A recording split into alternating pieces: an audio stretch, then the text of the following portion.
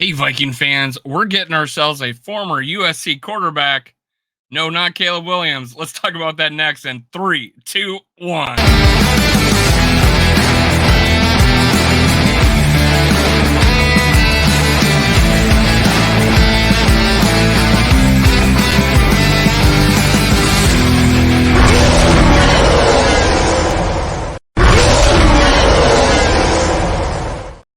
Gather around, Skull brothers and sisters. This is Skull World, brought to you by Minnesota Sports Talk. I'm your host, Dave. You can follow me on Twitter, TikTok, and Facebook at Skull World. Make sure you subscribe, like, leave a comment. Leave a comment. Tell me what you think about the quarterback we are about to sign. Yes, Sam Darnold is our new quarterback. I woke up this morning. I guess it came out a little after midnight that we are going to sign Sam Darnold for 1 year, $10 million. I have some thoughts on it. And we're going to talk about it. Kwesi said that he has layers of contingencies. One of those being Sam Darnold as our new quarterback for the 2024 season. What kind of implications does this mean? It means that he wasn't satisfied with Nick Mullens. Apparently, I'm going to compare the two a little bit. I'm going to compare Nick Mullens and Sam Darnold a little bit in this video, and you can tell me what you think. And you've seen Nick Mullens play. You may have not seen Sam Darnold play. I now have seen Sam Darnold play. I know I didn't watch too much of him over the years. I honestly never thought he'd become our quarterback. And when you're a number 3 overall pick in 2018 by the New York Jets, who wanted to sign Kirk Cousins that year, but instead drafted Sam Darnold, and he became their quarterback. Then he became Carolina's quarterback, and then he became a backup in San Fran, supposedly competing with Brock Purdy. Good choice going with Brock Purdy.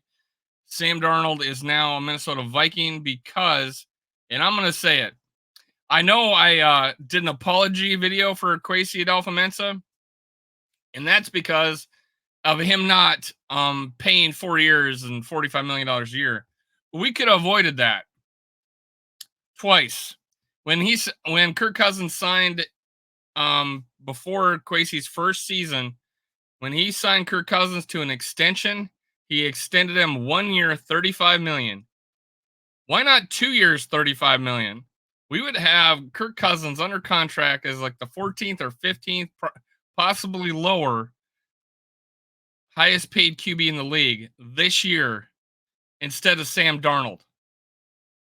I'm gonna say it. If he would have extended him for 1 more year when he got signed here, who extends a QB for 1 year? Apparently, Kwesi Adolfo-Mensah.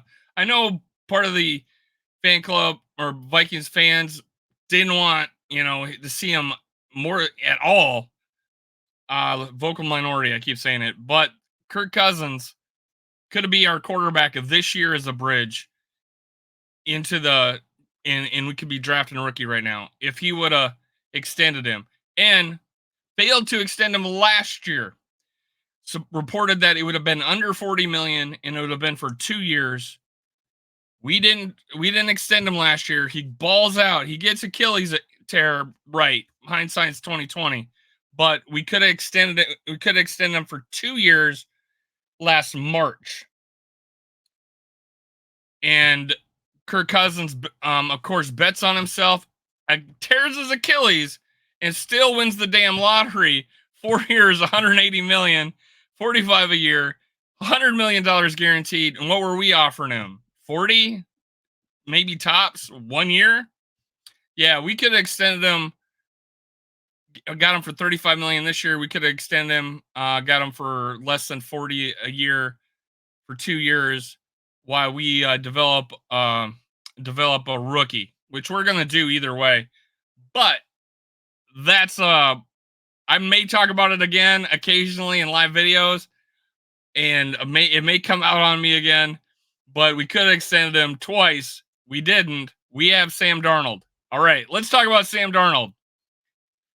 You know me, I like to do draft profiles of players we haven't seen before. This is what Sam Darnold looked like as their consolation prize for not getting Kirk Cousins with the Jets. So 6'3", 221, 31 arm length, not long arms. 9 3/8 hands, pretty average for any NFL player. 40-yard dash, 4.85. Kirk Cousins was like 4.8 something too. Although I'm gonna say, and we'll get into it, he runs a lot more, but he's not fast. He runs a lot more. 10-yard split, 166. That wasn't great. Vertical jump, 26.5. I did that in high school. Not particularly athletic. Broad jump, 8.9. That is average at best. Eh, 3-cone drill, 6.96. Not bad. This is where, so it's below 7. So that's where he gets his little bit of his scrambling ability. Okay, because he's quick. He's quick. Shows quickness. Anything under 7 is pretty admirable. 20-yard shuttle, 4.4. I don't even really know much about the 4-yard the 20-yard shuttle, but the 3-cone drill always seems to impress me if they're under 7. They're above 7, well above 7. I wouldn't want to touch them. Player bio. You know what? Let me switch monitors so I'm looking straight on. Right now, Darnold. This is back then, 2018. Didn't they? Jets don't get Kirk Cousins. They draft Sam Darnold. Right now, Darnold's the second most famous member of his family. His grandfather, Dick Hammer, was USC basketball player, an Olympic volleyball player, and actor. In fact, he was one of the Mr. Marlboro men. Sam's father, Mike, also played football at Redlands College, and several other relatives were collegiate athletes. Soon enough, however, Darnold would become the top dog in the family.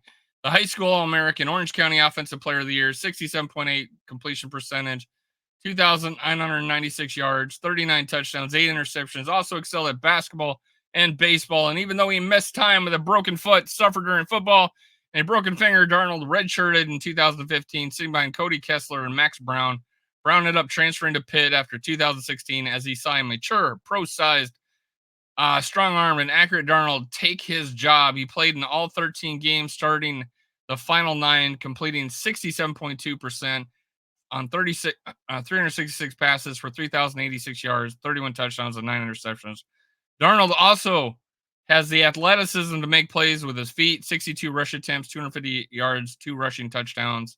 He was voted first team All Pac-12 by league coaches in 2017, completing 63.1% of his passes, 303 of 480 for 4,143 yards and 26 touchdowns on the four of the conference champs. Oh yeah, they misspelled that. His 13 interceptions and 11 fumbles during the sophomore season of scouts wondering about his ball security skills, however. That will continue to plague him. His ball security skills will continue to plague him. Decision making. I did go back and look at videos, and these are highlight videos. So I'm looking at highlight videos of him in college, him in the pros for both for Carolina and San Francisco. I didn't go back and look at Jets. So I looked at Carolina, and I looked at him playing with San Francisco, and although there may have been an improvement in those videos, I saw footwork issues, him and him being unsure of himself. The San Francisco video I watched, he was a little more sure of himself.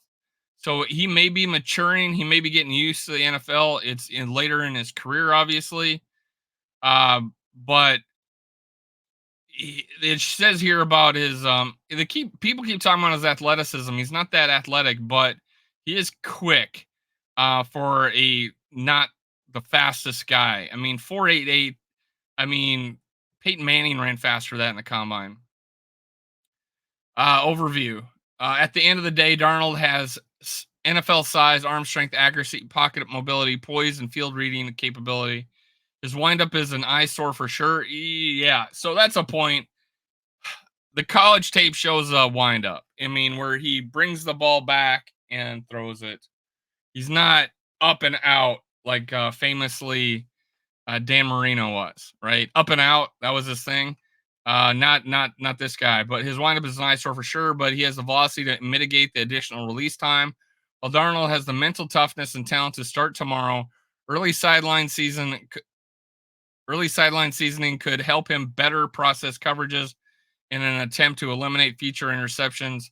So this guy got picked third overall, in his draft profile. His draft profile said early sideline seasoning. I'll talk about that in more. His floor is solid starter, but he has a ceiling to be one of the top tier quarterbacks in the game as he gains more experience. His floor, a solid starter. He has not been a solid starter, and we'll talk about his stats in a little bit here. But early sideline seasoning could help him better process the coverage. So for you and for me, who wanted a QB to go up and get a QB. My second choice, my first choice is Kirk Cousins. Go draft a QB. Go draft up and get a QB. My second choice was if Kirk Cousins is gone. So believe it or not, my second choice in my myriad of choices, first Kirk Cousins, go up and draft a QB. Second choice, no Kirk Cousins, go up and draft a QB. So back then, Darnold, the number 3 overall pick, needed sideline seasoning. Which means they're talking about having someone else start. So even back then, the number 3 overall pick, NFL draft profile said this guy shouldn't start right away and needed seasoning on the sidelines, which most likely will happen this year because we're bringing in Sam Darnold to season a rookie that we go up and draft, right? All signs point to JJ McCarthy, it seems, unless one of the top 3 guys drops. And I'm not even sure Drake May is one of the top 3 guys. It may be JJ McCarthy. His strength has desired NFL size. True. He has Kirk Cousins size, 6'3", 2. Well, he's a little bigger than Kirk Cousins. So I think Kirk is a little bit shorter, but lighter than this guy. Trust his pocket and keep his eyes downfield. I do agree with that. I will not rag on Sam Darnold too much. He does keep his eyes downfield, at least in the videos I saw. Even when he bailed the run, it seems like he does keep that up, keeps his eyes up. And for me, that's important. And it did talk about him reading coverages.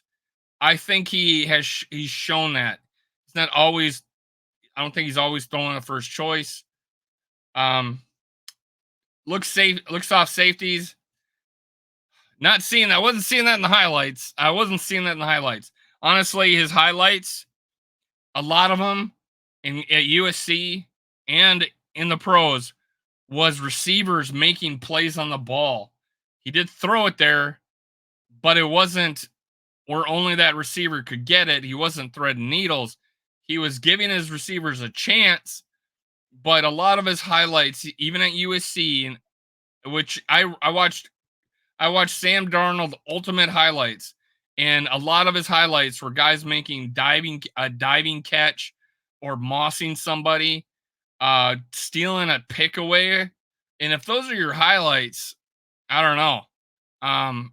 Again, has the size. His arm strength doesn't show a whole lot when he's playing, because I think there was a guy just wide ass open and he lobbed it to him in an NFL game, negating his ability to run after the catch because he was wide ass open. He was a comebacker, and there was nobody within 5-10 yards of him, and Sam Darnold lobbed it to him, and that was a highlight. But I do think he does have the arm strength. I do think he throws off script, and he contorts his body even when he rolls to his left. And I've seen him throw very accurately, rolling to his left on the run. Those are pluses for him. Those are definite pluses for him. take what the defense is offering, won't overcomplicate it. He does make pretty quick decisions when it comes to designed um designed dump off plays. He looked like he threw that accurately. Again, these are videos where we're favorable to him, and that was in San Francisco. I saw some game, like every throw of a game, and he was making quick decisions, and he was leading receivers that he wasn't throwing behind them in short little out routes and stuff like that, and quick hitters. Gets through progressions like a pro. Throws with desired anticipation and timing. I've seen it. He can do that. That is not Josh Dobbs. He's definitely better at that than Josh Dobbs. Isolates deep ball opportunities pre-snap. Okay. There isn't a throw he fears. I could agree with that. He throws up some effort balls.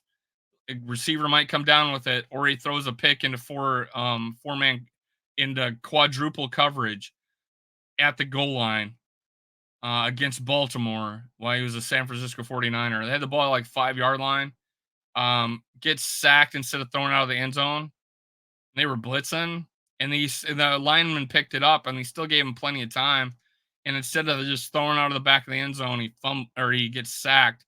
5-yard penalty. Now it's 17-yard line, and he throws in quadruple coverage. There might have been 5 people there, cinco coverage. So there's pluses that Sam Darnold, but there are negatives, and I'm going to bring up, we're going to talk about Nick Mullens. Naturally accurate with tight spirals. He does throw a good ball. His arm talent is uncork it quickly. I don't think that coincides with his long windup. And he can uncork it quickly. I guess I don't know. I don't know where they're getting that. Rifles it to hitches and swing passes, giving them time to operate. I just complained about that. I don't know how accurate that was coming out of college. Has velocity, timing, and accuracy to own the deep out. Okay. I mean, he has arm strength. Tough in and out of the pocket. He's tough. He's a tough player. I can give him that. Feels edge pressure and climbs away from sharks circling the rush arc. He does. He can scramble pretty decently. He does it efficiently. He's not breaking ankles or anything, but him scrambling, he does make quick decisions, and it shows with his 3-cone drill. Completion percentage unaffected by the blitz, not correct. Sudden processor when faced with free running blitzers, nope. Not accurate. Can pump and recalibrate. I didn't see that in his highlights. I hope he can. That's something Bo Nix can do very well. I know I'm bringing up Bo Nix in this, but that's his deal. Bo Nix can fake pump people open. And I'd like to see that. Apparently they thought Sam Darnold could do that coming out of college. Tough runner, can move the sticks with his legs. He can. Doesn't get shaken in in-game mistakes. Shows quality leadership and poise. I have not known him to not have those abilities. So that is good. Weaknesses, elongated release, impossible to miss. But he's a quick thrower. I don't elongated release is impossible to miss, but he gets the ball out quick. Okay. Ball drops to his waist with forearm pointed towards the ground pre-delivery. Yep. Windup gives defenders early clues to break up the throws. Now, that right here, ball drops to waist for forearm pointed towards the ground pre-delivery. That's coming out of college. I don't know how consistently bad he is in the NFL, but that's strip sack territory. That is strip sack all day long, and we don't want that. But again, one of the things we talked about was his ball security early on. So hopefully that's not a problem anymore. Muscle memory may not allow for release correction. That's true. It could. Again, we haven't watched enough of Sam Darnold, I don't think, to determine whether or not he still has that problem. Finished 2017 with 13 interceptions and 9 lost fumbles, has 20 interceptions over the last 20 games. Again, ball security. Decision making and field vision were inconsistent this year. This is the longest list of weaknesses I've ever read. Ever on any player. Look how long this is. I have not read a longer weakness. Oh my god. I did again, this is my first impression of this. It keeps going. Too much mustard on some short throws, muscles too many throws rather than driving it with lower half. I agree right there. The videos I saw are highlights, and he is pitter pattering his feet, a little indecisive, and then he throws with absolutely no legs, and that's the opposite of Kirk Cousins. To compare there is that Kirk Cousins does use every ounce of his legs to get rid of the ball. He's pitter pattering. I see him cross his feet. I see him cross his feet when he's backpedaling. When he's moving around the pocket, it makes him look indecisive. And then when the guy's open, his feet aren't ready, and he muscles it. So that's true. That's 100% true. And these are highlights. Remember this. These are highlights. Too willing to throw from uneven platform. Boom, boom. That's exactly what I'm just talking about. That's exactly what I'm just talking about. Intermediate accuracy fell from 2016. Again, I don't see enough of that to make a decision there. Can throw with better placement and lead his targets. He can, um, he can do it, but they're saying he could do it better. I could see that. Deep ball touch needs work. It's not bad. Took sacks when incompletions were available. 100% true. 100% true. Rarely slides in open field, which has to change. So he doesn't slide. Sources tell us I think he caught some backlash this year because of the preseason hype and the interceptions. He's still the most complete quarterback in the draft, the best makeup to a good pro. Okay. So let's talk about Nick Mullens first. He's our quarterback. All right. He is our currently the one signed. So Nick Mullens is regular season. This is his career.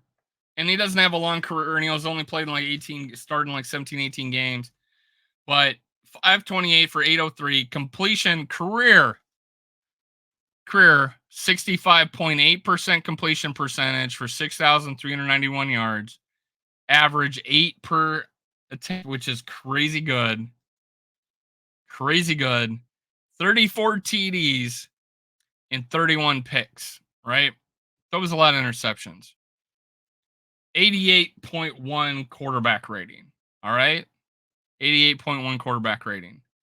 Now let's compare that to Sam Darnold, who floor was to be a solid starter and possibly one of the, a good player, like a really good player was his ceiling, like Pro Bowl type player. The Jets, he started out 57.7, 2,800 to 61.9 for 3,000. Played 13 games, ratings 77.6, 84.3. TDs best was 19 to 13, 19 TDs to 13 interceptions. When he left the Jets, he dipped again to 12 games started, 59.6, 2,200 yards, quarterback rating of a 72.7. What people said was his resurgent year with Carolina was 2022, 58.6 completions, 1,100 yards, 8.2 average, 7 TDs, 3 picks, coming off of a 9 TD, 13 interception year, 92.6 quarterback rating in 6 games. Carolina, the first year, was 71.9 quarterback rating. San Francisco, games played 10 in 2023, 60.9% completion percentage, 28 for 46. I guess he played in a lot of blowouts. I don't know why he played in 10 games and only threw 46 times, but he had 2 TDs and 1 pick. I think he maybe got 1 or 2 starts. I would have to, I didn't look that up. Sorry. Sacked 6 times in those 1 or 2 games, 85.1. So sacked 30, 33, 35, 35, 10, 6. And these are in 13 and 12 games. So this guy could have been sacked 40 times or more if he would have played, or if he would have played, like, consistently sacked 40 times or more if he played every game. So in comparison, we got a 78.3 quarterback rating career compared to Nick Mullens, who has got a 88.1. So 10 points higher for Nick Mullens. Now, how they compare? Nick Mullens is fundamentally sound. He's fundamentally sound in footwork. He does not have the arm strength of Sam Darnold, and he's slightly less mobile. And he is not as tall, and he is not as big. So he's a 6-foot dude and 200, and Sam Darnold, or 6'1", I think. Sam Darnold 6'3" and 220 something. So he is not size wise the prototypical quarterback. Sam Darnold is, and that's why, my friend, we have Sam Darnold. Now, what do you think? Tell me in the comments below. Is Sam Darnold coming in to compete with Nick Mullens, or are they handing over the job?